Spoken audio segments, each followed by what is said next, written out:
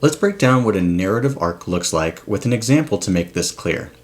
Imagine a student writing about their experience learning to bake bread during the pandemic, not just because it was trendy, but because it became a lifeline during a tough time. Here's how it might unfold. The beginning could start with a hook, a vivid scene setter.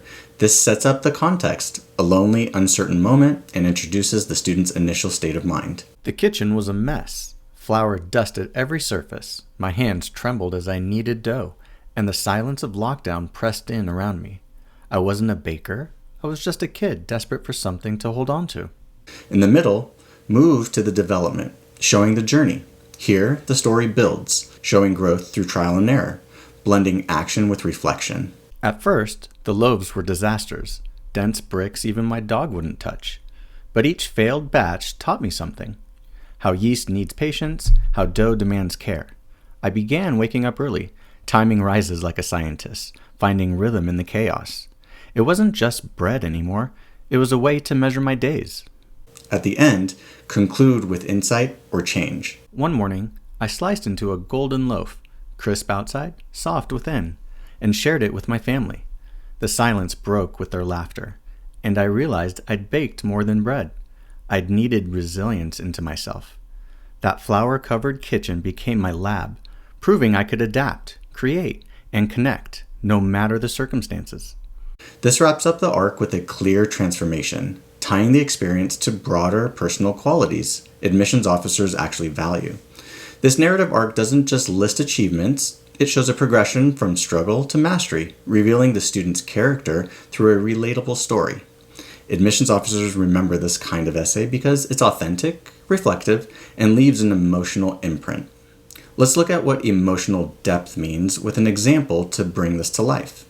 Picture a student writing about the moment they realized their grandfather's old radio wasn't just a dusty relic, but a window into their family's past. Here's how they might infuse emotional depth. I sat on the creaky floor of Grandpa's attic, twisting the dial on his ancient radio. Static crackled, then a faint jazz tune broke through, like a whisper from decades ago. My throat tightened as I imagined him, young and hopeful, tuning in after a long day.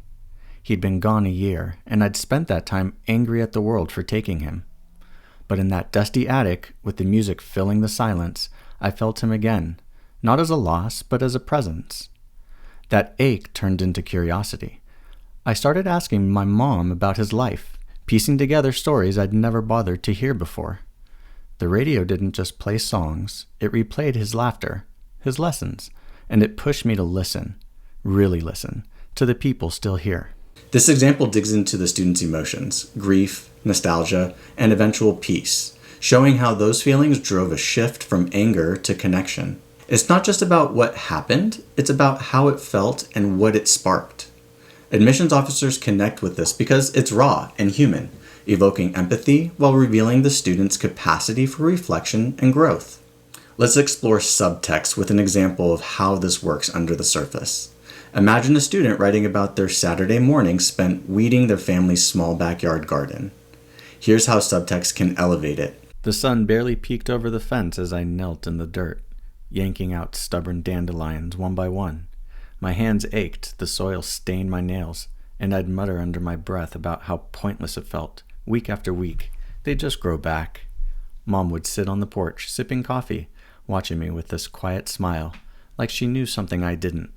I kept at it, not because I loved gardening, but because those hours were ours. The weeds were relentless, sure, but so was I. By noon, the patch looked decent. Not perfect, but decent, and that was enough. On the surface, this is about gardening, but the subtext whispers something deeper. Persistence, a bond with their mother, and finding value in effort over perfection. The student doesn't say, "I'm patient" or "I cherish my family." Those traits seep through between the lines. Admissions officers pick up on this subtly. It's not an act of weeding that sticks out to them, but the quiet dedication and unspoken love woven into the story.